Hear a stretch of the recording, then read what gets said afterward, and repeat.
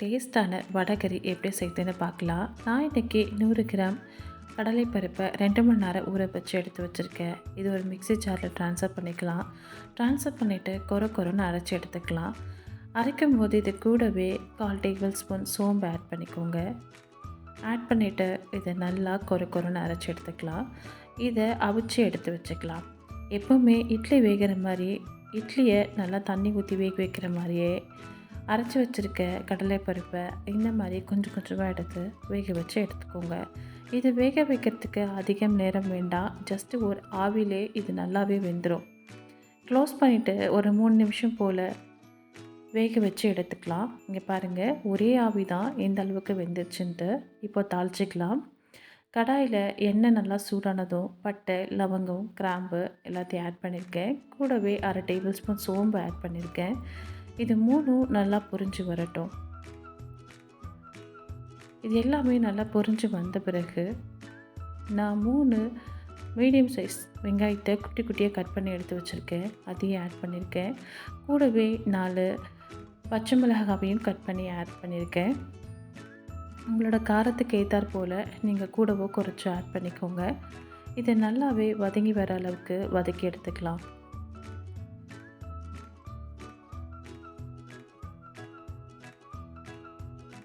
இது தாளித்து வர டைமில் ஃபஸ்ட்டு நீங்கள் கடலைப்பருப்பை வேக வச்சு எடுத்து வச்சுக்கோங்க. அதுக்கப்புறம் இதை தாளித்து விட்டுக்கலாம். இது நல்லா வதங்குற டைமில் வேக வச்சு எடுத்து வச்சுருக்க அந்த கடலை மாவு இருக்கு இல்லையா, அதை உதுத்து வச்சுக்கோங்க. இங்கே பாருங்கள், வெங்காயம் இந்த அளவுக்கு நல்லா வெந்துருச்சு. இதில் 1 டேபிள் ஸ்பூன் ஜிஞ்சர் கார்லிக் பேஸ்ட்டாக நான் ஆட் பண்ணுறேன். இஞ்சி பூண்டு விழுது. இப்போது இஞ்சி பூண்டு விழுதோட பச்சை வாசனை போகிற அளவுக்கு இதை நல்லா வதக்கிக்கோங்க. ரொம்பவே சிம்பிளாக தாங்க இருக்கும். வீட்டில் இருக்க பொருளை வச்சே நம்ம சீக்கிரமாகவே செஞ்சிடலாம். நான் 2 குட்டி சைஸ் தக்காளி எடுத்திருக்கேன்.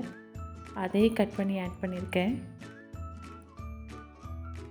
தக்காளி வதங்கி வர்றதுக்காக நான் உப்பு ஆட் பண்ணியிருக்கேன்.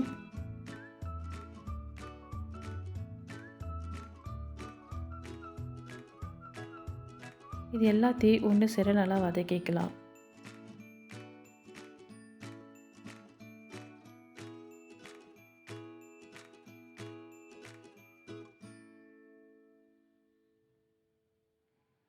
இப்போது இது எல்லாம் நல்லா வதங்கி வர டைமில் 1/4 டேபிள் ஸ்பூன் மஞ்சள்தூள் ஆட் பண்ணியிருக்கேன். மஞ்சள்தூளோட பச்சை வாசனை போகிற அளவுக்கு அதையும் நல்லா வதக்கி எடுத்துக்கலாம். இங்கே பாருங்கள், எல்லாமே நல்லா ஒன்று சேர வதங்கி வந்துடுச்சு. இந்த டைமில் வேணுன்ற அளவுக்கு நம்ம தண்ணியை ஆட் பண்ணிக்கலாம். நான் இன்றைக்கி 2 டம்ளர் தண்ணியை ஆட் பண்ணுறேன். தாராளமாக 5 பேருக்கு மேலவே இதை சாப்பிடலாம். ஏன்னா வடகறி கொஞ்சம் திக்காக தான் இருக்கணும். அதனால் ரொம்பவும் திக்காக வேண்டாம், ரொம்பவும் தண்ணியாக வேண்டாம். அதனால் 2 டம்ளர் தண்ணி ஆட் பண்ணியிருக்கேன். உப்பு காரம் கரெக்டாக இருக்கான்னு செக் பண்ணிக்கோங்க. காரம் பத்தாதவங்க ரெட் சில்லியை ஆட் பண்ணிக்கலாம். Red chilli powder. இது ஒரு 5 நிமிஷம் கொதிக்கிட்டோம். ஒரு கொதி வர வரைக்கும் வெயிட் பண்ணுவோம். இங்கே பாருங்கள், ஒரு கொதி வந்துருச்சு. நல்லாவே கொதித்து வந்துருச்சு குழம்பு. இப்போது எடுத்து உதிர்த்து வச்சுருக்க அந்த கடலைப்பருப்பு இருக்கு இல்லையா, அதை நம்ம ஆட் பண்ணிக்கலாம். ரொம்ப உதிர்த்துற வேண்டாம். கொஞ்சம் கொஞ்சமாக ஒன்றும் பாதியமாக உதிர்த்து எடுத்து வச்சுருக்க கடலைப்பருப்பை ஆட் பண்ணிக்கலாம். ஆட் பண்ணிவிட்டு இது எல்லாத்தையும் ஒன்று சரி கலந்து விட்டுடலாம்.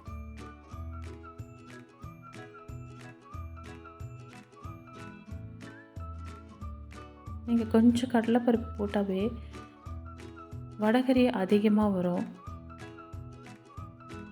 பாருங்கள், எல்லாத்தையும் ஒன்று சேர நல்லா கலந்து விட்டுக்கிட்டு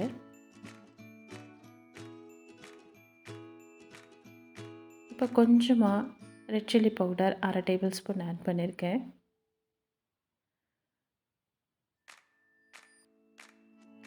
ஆட் பண்ணிவிட்டு இது எல்லாத்தையும் கலந்து விட்டுக்கலாம். உங்களுக்கு பச்சை மிளகாவுடைய காரம் போதும்னா நீங்கள் ரெட் சில்லி பவுடர் ஆட் பண்ண வேண்டாம். இல்லை எனக்கு பத்தலைன்றவங்க 1/2 டேபிள் ஸ்பூன் ஆட் பண்ணிக்கோங்க. இந்த ஸ்டெப்பை 1 டேபிள் ஸ்பூன் கடலை மாவு எடுத்து அது தண்ணி ஊற்றி நல்லா கரைச்சி ஆட் பண்ணியிருக்கேன். ஒரு திக்னஸ்க்காக தான் ஆட் பண்ணியிருக்கேன். கடலை மாவு கரைச்சி ஆட் பண்ணுறதுக்கு பதிலாக நீங்கள் மிக்ஸி ஜாரில் கடலைப்பருப்பு அரைச்சி எடுக்கிறீங்க இல்லையா, அந்த சாறை கழுவி அந்த தண்ணி கூட ஆட் பண்ணிக்கலாம். இப்போ ஜஸ்ட்டு ஒரு கொதி வந்தால் போதும், குழம்பு நல்லா திக்காயிடும். அவ்வளோதாங்க, ஒரு கொதி வந்துருச்சு. கொத்தமல்லி தூவி நம்ம இறக்கிடலாம். எந்த அளவுக்கு டேஸ்ட்டாகவும் ஈஸியாகவும் வீட்டிலவே வடகறி செஞ்சுட்டோம். கண்டிப்பாக இந்த ரெசிபி எல்லோரும் வீட்டில் ட்ரை பண்ணி பாருங்கள். ட்ரை பண்ணி பார்த்துட்டு எப்படி இருக்குன்னு எனக்கு கீழே கமெண்ட் பண்ணுங்கள். இந்த வீடியோ பிடிச்சிருந்துச்சுன்னா மறக்காமல் ஷேர் பண்ணுங்கள், சப்ஸ்கிரைப் பண்ணுங்கள். ஏதாவது டவுட் இருந்தால் கீழே கமெண்ட் பண்ணுங்கள். தேங்க்ஸ் ஃபார் வாட்சிங். பாய் பாய்.